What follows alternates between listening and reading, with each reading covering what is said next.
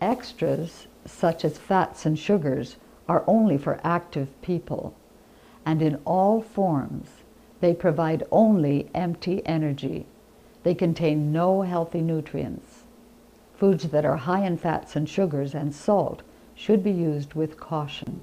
All through our cooking segments, we've been talking about using homemade toppings. This little segment is to tell you how to make some of these toppings. If you have time to do them, they're quite economical and very, very tasty because they're homemade and fresh. If you don't have time to do them, then by all means, buy the commercial ones. First one is honey butter. It's half a cup of creamed honey and half a cup of margarine or butter. We'll use margarine because in this one we're going to put cinnamon in it. You can also make plain honey butter and put lemon juice in it. If you do that one, you might like to use butter instead of margarine to bring out the natural flavor.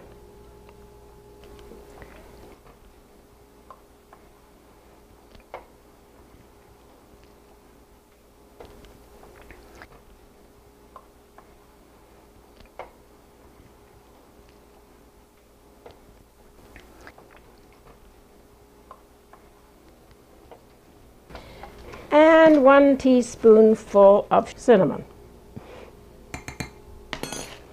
And stir. And stir.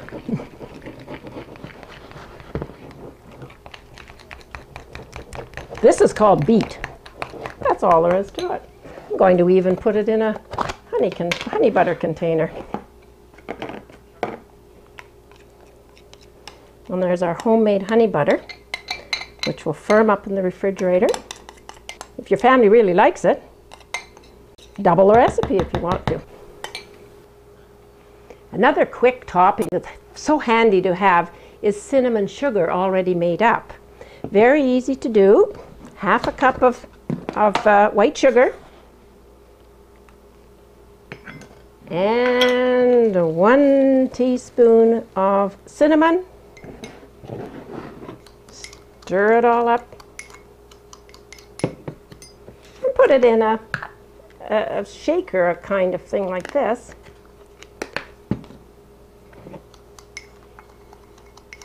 And then you have it all ready to just put on the table. And the children, because they like cinnamon, might very well just like a sprinkle of this on their toast in the morning instead of the jam and the honey and the other things which will have far more sugar and sweetness and stuff in them than this little product does. Another way to use it is called cinnamon toast. So we put it on toast and shake it onto our toast. I think you'll find that the kids will like it. If you want to do another little thing with it, if you have a big gang of teenagers around, you could make a whole baking tray of it and put them in the oven and broil them a little bit, and you would have lovely cinnamon toast for snack when a person comes in from skating or a bunch of teenagers around. Very inexpensive type of thing. We can also use this on top of muffins or top of coffee cakes, just as a little topping. So it's a handy thing to have made up and ready. We need some toppings for our pancakes and perhaps French toast and other things that we might be having. So we'll look in here. We know always to check the labels here as to what you're buying. Maple syrups, combinations of maple syrups. We will zero right in though to the least expensive one, which of course is the table syrup at 22 cents for 100 milliliters. This is a very interesting thing to make if you have the time to make it and want to do it. It's the homemade table syrups. These are really just cooking sugar. We can make mock maple syrup. What makes the flavor develop is caramelizing the white sugar. Caramelizing means that we're just going to melt this sugar in this pot, which is on a medium heat. While this is starting to caramelize, we'll get the next ingredient ready, which is more sugar. And I'm going to put a cup of boiling water, 1 cup of brown sugar and 1 cup of boiling water, put them together to get them ready.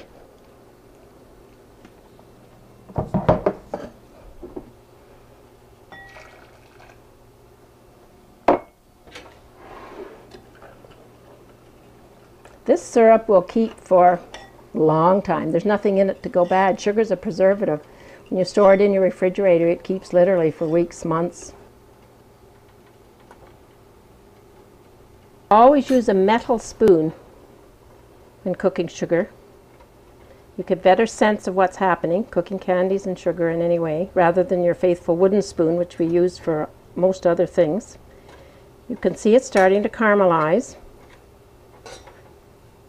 Here comes the trick spot. Don't let it caramelize too much, or it will be bitter. And you also get to know to what strength your family likes it. The more you caramelize it, the stronger the flavor is going to be.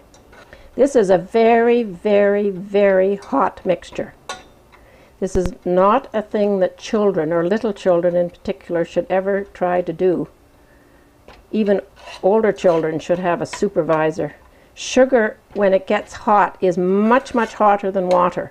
Water will only go to 100 degrees Celsius. But once sugar is in it, it goes very, very, very hot. And never, ever, ever be tempted to take a taste. Now we also have a little either exciting or dangerous, whichever which way you want to look at it. We put our brown sugar and our boiling water together. Now the reason we used boiling water rather than cold water is we're going to put this mixture into this, which is very, very hot. At least this is a little bit hot. If it had been cold, then we would have had a much stronger reaction than what we're going to see as soon as we put this in. So maybe I'll even remove it from the heat for a minute while I do this. A little bit at a time. Stand back.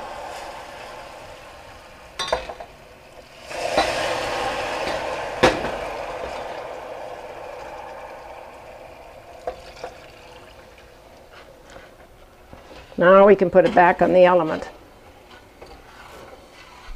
We can turn the element up a little bit. Now that we have the water in with it, we're just going to boil it. And boil it down until we reach the consistency that we like to have it. And that's all we have to do. So I'll just let this boil and come back once in a while and stir it. Now it needs to really boil quite hard, or you'll be a long time getting it boiled down.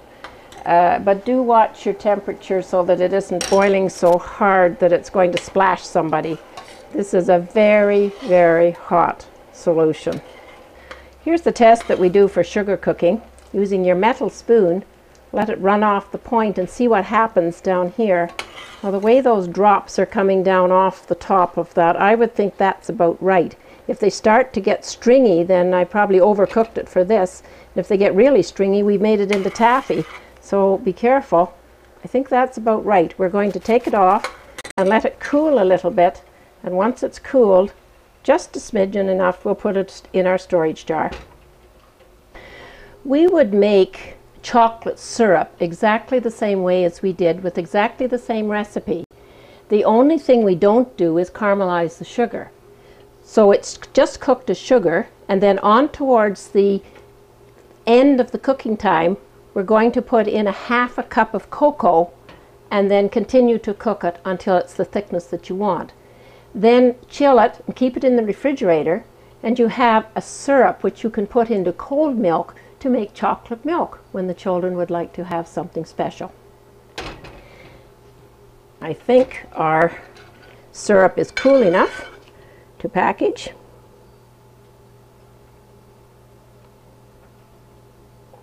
Put it into our jar. And it will thicken a little bit as it cools. So there we are.